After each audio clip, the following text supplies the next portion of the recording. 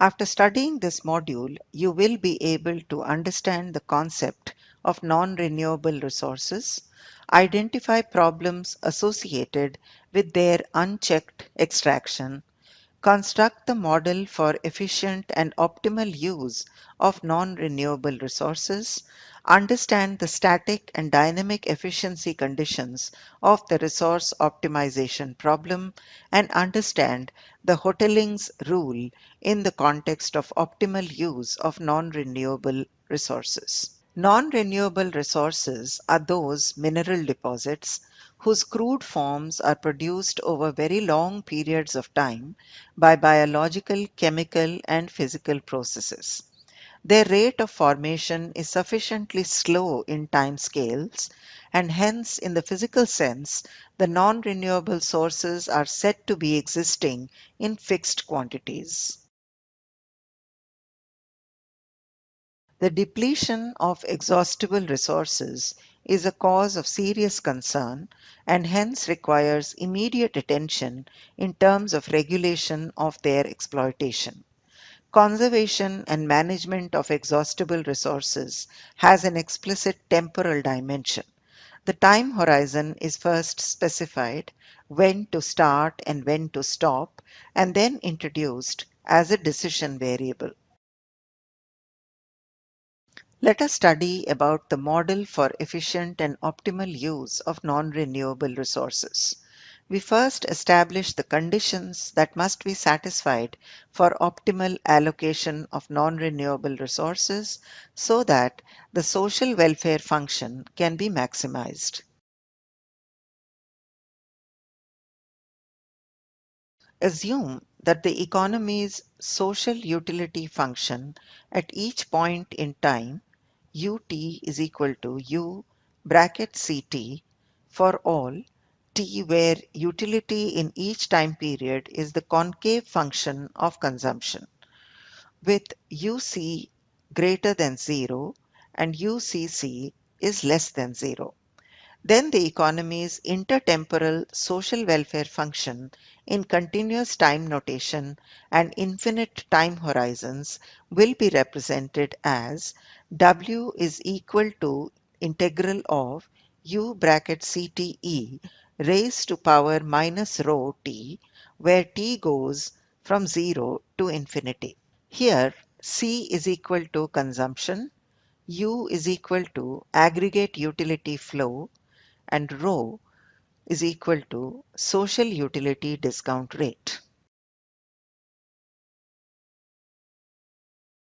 Variables are indexed by the time subscript t, where t is equal to 0, t, with t is equal to 0 being the initial period and t is equal to t, where t may be infinity, being the final period. In order to reach any optimal solution, two constraints must be satisfied. In order to reach any optimal solution, two constraints must be satisfied. First constraint on welfare optimization and second constraint on welfare optimization.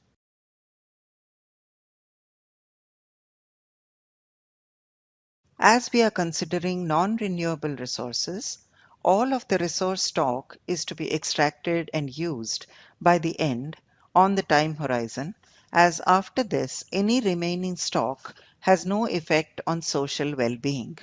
As renewable resources have fixed and finite initial stock, the total use of the resource over time is constrained to be equal to the fixed initial stock. Now we specify the environmental resource stock flow relationship for a non-renewable resource S0.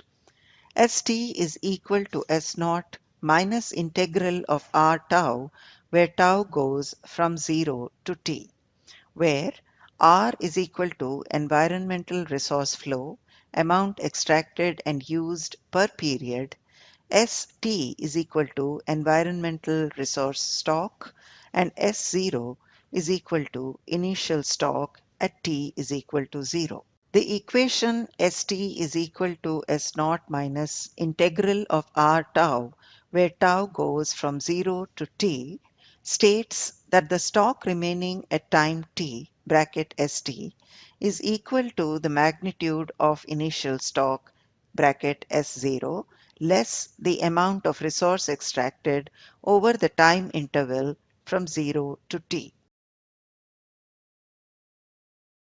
The resource stock constraint can be alternatively written as S dot equal to minus RT, where S dot is equal to ds upon dt. The dot on the variable represents the time derivative, and the equation can be interpreted as the rate of depletion of the stock minus S dot above subscript t is equal to the rate of resource stock extraction RT.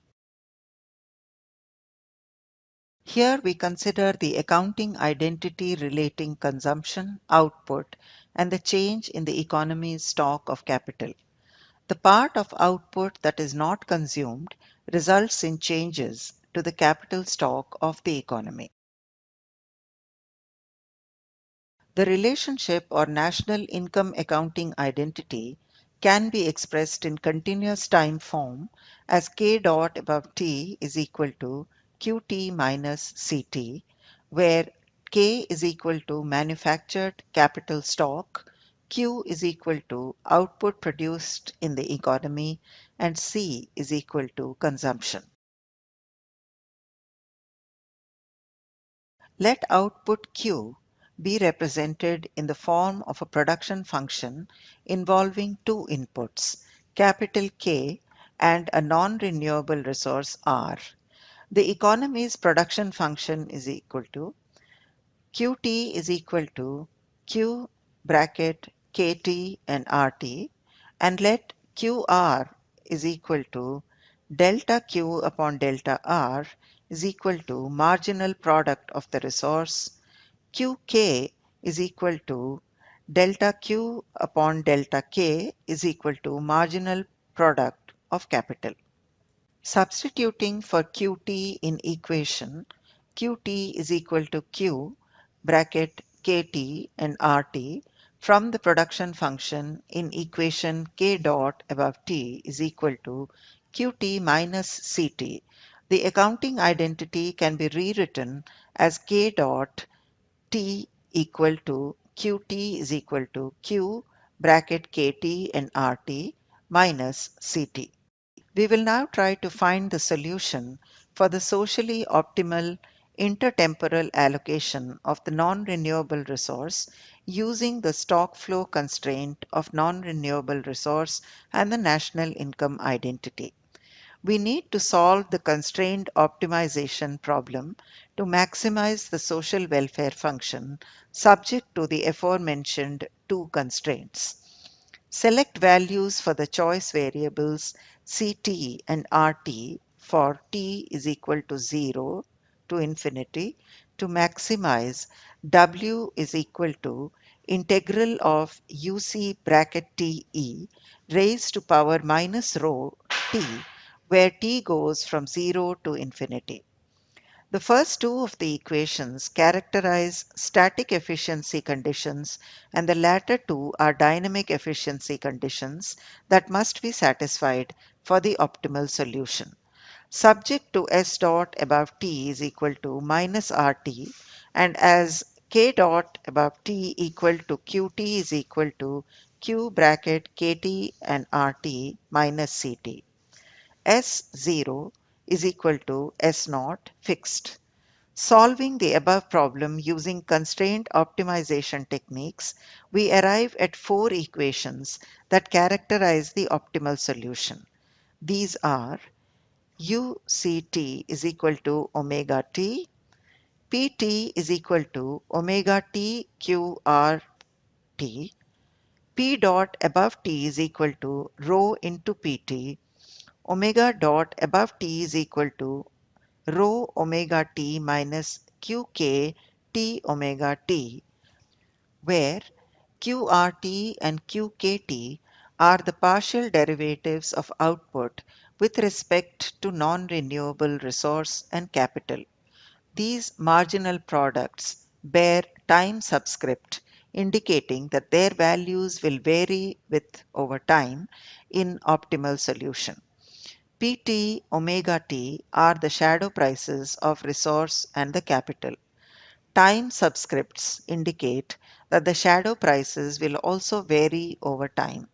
A shadow price is the price that emerges as a solution to an optimization problem. Alternatively, it is an implicit or planning price that a good productive input in this case will take if resources are allocated optimally over time. The shadow prices are expressed in terms of utils and not in terms of consumption or income. Static efficiency requires that marginal value of the services from the use of resource should be equal to the marginal value of the resource stock. Well, the first equation states that the marginal utility of consumption is equal to the shadow price of the capital. As seen in the equation here, and as it has been noted earlier, that the shadow prices used for this analysis are in units of utility. So we can say on the basis of this condition that the marginal unit of output can either be consumed yielding U subscript CT units of utility or added to the capital stock yielding an amount of capital value omega t in utility units. This represents an efficient outcome because the marginal net benefit from using 1 unit of output for consumption is equal to its marginal net benefit when it is added to the capital stock.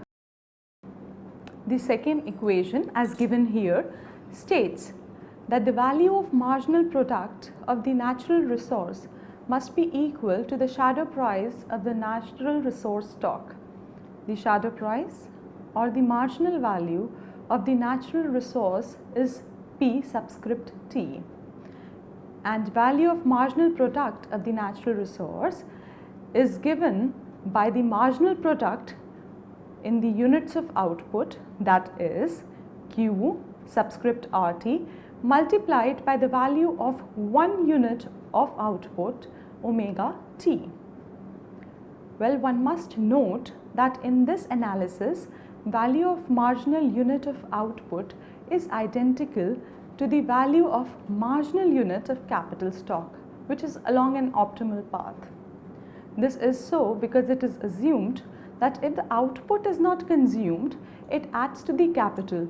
So omega t can be taken as both the value of marginal product of 1 unit of capital and the value of marginal product of 1 unit of the output.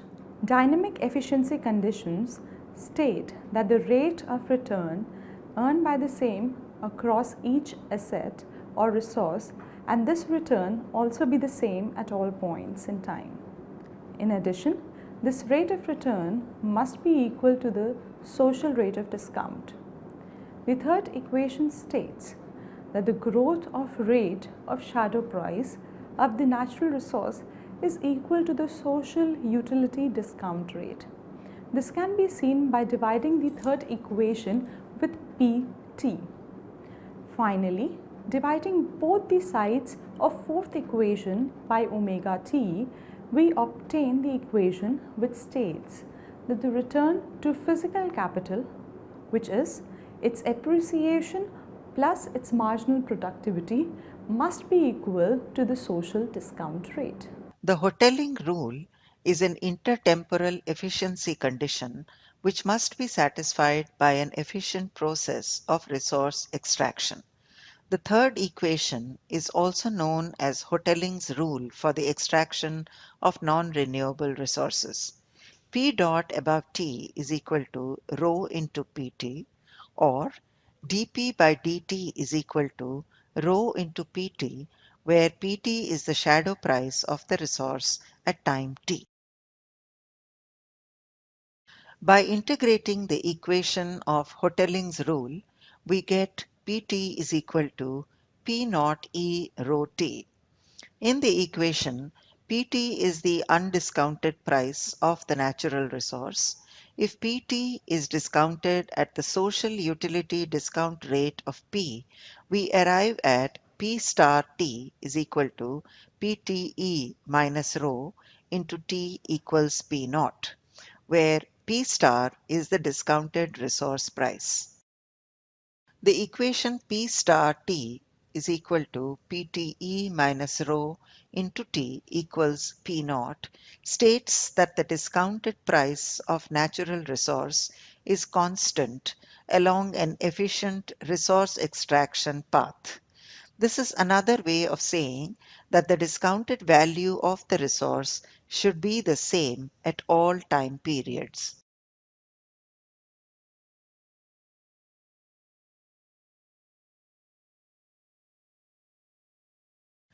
Let us now explain the Hotelling's rule diagrammatically.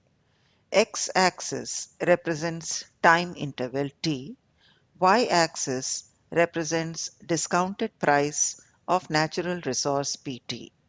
The upward rising graph shows us that the discounted value of the resource should be the same at all time periods. The Hotelling rule may be a necessary condition, but not a sufficient one. Hotelling rule requires that the growth rate of price of a resource to be equal to the social discount rate, but this may not be enough to generate a unique price path.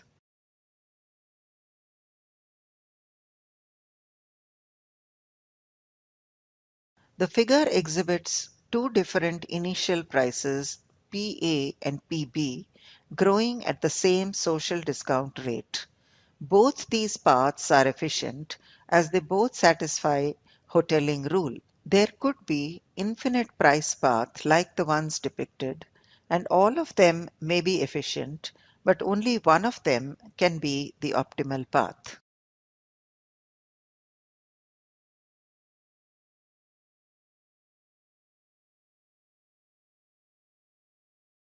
The optimal solution to the optimization problem given by equations UC, T is equal to omega t, Pt is equal to omega TQR, T, P dot above T is equal to rho into Pt, omega dot above T is equal to rho omega T minus Qk, T omega T requires that all the four conditions be satisfied simultaneously along with the initial values for stocks of capital and natural resource.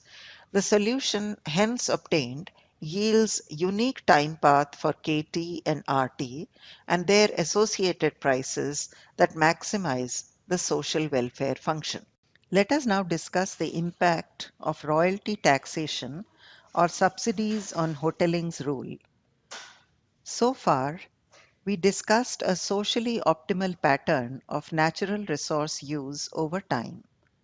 We now consider the case of non-renewable resource extraction in perfectly competitive markets. An introduction of royalty tax or subsidy may have no effect on a resource owner's extraction decision for a reserve that is currently being extracted. The government may simply be able to collect some of the mineral rent or pay some subsidies without affecting in any way the resource extraction and production post the imposition of tax oblique subsidy. This result follows from the Hotelling rule of efficient resource depletion. Define alpha to be a royalty tax rate and denote the royalty or net price at time t by Pt. Then the post-tax royalty becomes 1 minus alpha Pt. But Hotelling's rule implies that the post-tax royalty must rise at the discount rate I if the resource is to be exploited efficiently. That is, 1 minus alpha into Pt equals 1 minus alpha into P not into E raised to the power 1 into T, or Pt equals P not E raised to the power 1 into T. It must be noted that discount rate I derived from the private market interest rate may be treated as equal to rho which is the social utility discount rate under certain assumptions. Hotelling's rule continues to operate unchanged in the presence of a royalty tax, and no change occurs to the optimal depletion path. This is also true for a royalty subsidy scheme. If we denote the royalty subsidy rate by beta, the efficiency condition may be given as 1 plus beta into Pt equals 1 plus beta into P, not into e raised to power 1 into T, which implies Pt equals P not into e raised to power 1 into T. Thus, we may conclude that a royalty tax or subsidy is neutral in its effect on the optimal extraction path. However, such a tax may discourage or a subsidy encourage the exploration effort for new mineral deposits. Theories of optimal use of non-renewable resources. Let us start with a question. Does a market economy yield an optimal and efficient allocation of resources? The answer to this is yes, both efficient and optimal under certain circumstances. Efficiency of the market mechanism. In a competitive market economy, profit maximization requires that the firms take proper account of their revenue and cost functions. The utility function provides appropriate information about the market demand curve and so provides appropriate information about the firm's revenues. Any costs of production and extraction will be taken into account by business. A market economy will probably not deliver an efficient and optimal allocation of non-renewable resources because monopoly, depletion too slow, or social costs of resource depletion not considered, for example, pollution externalities. Private market interest rate above the social discount rate. There may be other forms of market failure, like absence of well-defined and enforceable property rights and incomplete information. Some of the agent's functions may depend upon environmental quality, like utility and output produced in the economy depends on environmental quality. The relationship between the price and the resource stock is depicted in the figure. It is important to note that the rate at which the exhaustible resource is extracted depends upon its price. Given is the initial resource stock and the information that the resource stock must converge to zero when the economy approaches the end of the planning horizon. Too low initial prices would lead to too large amounts of resource use in each period, and all the resource stock would get depleted before the end of the planning horizon. Conversely, if the initial price is too high, then each period may record too small amount of resource use, and some stock may remain wastefully undepleted by the end of the planning horizon. Hence, this suggests that there is one optimal initial price that brings about the rate of extraction consistent with the resource stock being fully depleted at the end of the planning period. Let us now summarize what we learned in this module. Non-renewable resources are those mineral deposits whose crude forms are produced over very long periods of time by biological, chemical, and physical processes. Once extracted, these resources cannot be regenerated in the timescales which are relevant to human beings. Another thing that we learned in this module was optimal allocation of non-renewable resources involves maximizing the social welfare function. And the efficient price path for a non-renewable resource must follow the Hotteling rules. The third equation in the dynamic efficiency conditions that we studied involves the explanation of the Hotteling rule.